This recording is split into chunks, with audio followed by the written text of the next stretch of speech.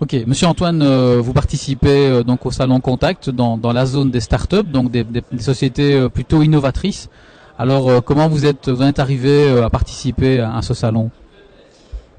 Donc tout d'abord, laissez-moi présenter un petit peu la société, comme ça je vais revenir après à ce point.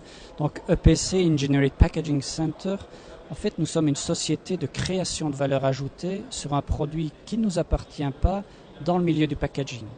Alors à ce niveau-là, on a deux secteurs principaux. Le premier c'est le co-packing pour des produits à haute valeur ajoutée, mais récemment on a développé une partie design packaging et on l'appelle un concept all-in-one.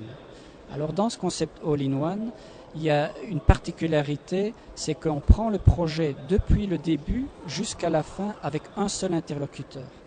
Et la deuxième particularité, c'est que nos produits sont éco-friendly et en plus, nous indiquons l'indice carbone de nos produits. Alors comment on est arrivé sur le salon Startup ou le village Startup Village? On a des très bons contacts avec la Chambre de commerce et grâce à leur coopération, on est venu ici afin de présenter nos différents produits.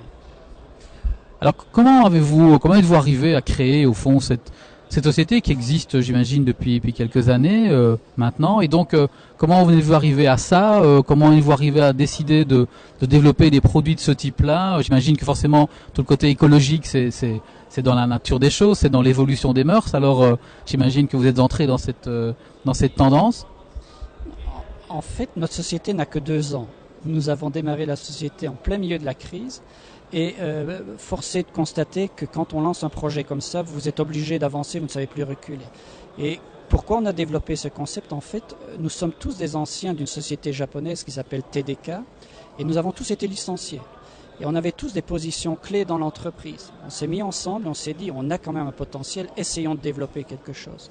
Alors il y a le designer de TDK qui est avec nous, l'ancien designer de TDK, il y a des chefs projets, il y a des gens d'engineering, et moi-même, et ensemble, on a lancé ce concept. Et il est assez innovateur, et je pense qu'aujourd'hui, dans la grande région, il y a très peu de sociétés qui prennent ce genre d'activité du début jusqu'à la fin, comme nous le faisons. Alors, c'est aussi un peu faire la nique à des pays lointains qui ont généralement l'habitude de travailler dans le secteur du packaging, parce que ici c'est de la créativité européenne, de l'innovation européenne, donc c'est aussi une belle réussite en tant que telle. Nous la prenons comme cela. Donc, en fait, nous visons vraiment des gens qui sont intéressés par ce concept éco-friendly. Vous allez toujours trouver des sociétés qui vont continuer à acheter en Inde, en Chine, parce que le prix est leur priorité. Dans notre cas, c'est l'idée, le concept qui est la priorité. Le prix vient en deuxième main. Alors vous disiez vous êtes participé à ce salon, je pense que c'est pas le premier auquel vous participez pour y montrer vos produits, mais aujourd'hui sur ce salon à Luxembourg, quels sont vos résultats? Vous êtes content de vos contacts? Comment ça s'est déroulé en fait? En fait, nous sommes vraiment très, très contents et très surpris. Initialement, on avait listé 16 sociétés et on arrive aujourd'hui à la fin du 2e jour avec 6-7 contacts relativement intéressants. Donc on est vraiment très très satisfait du salon.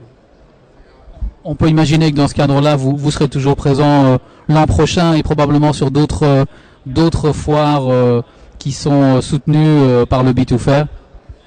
En fait, nous travaillons en excellente coopération avec le B2Fair et il y a de très grandes chances que l'année prochaine, on sera toujours là. Merci. Merci beaucoup, M. Antoine.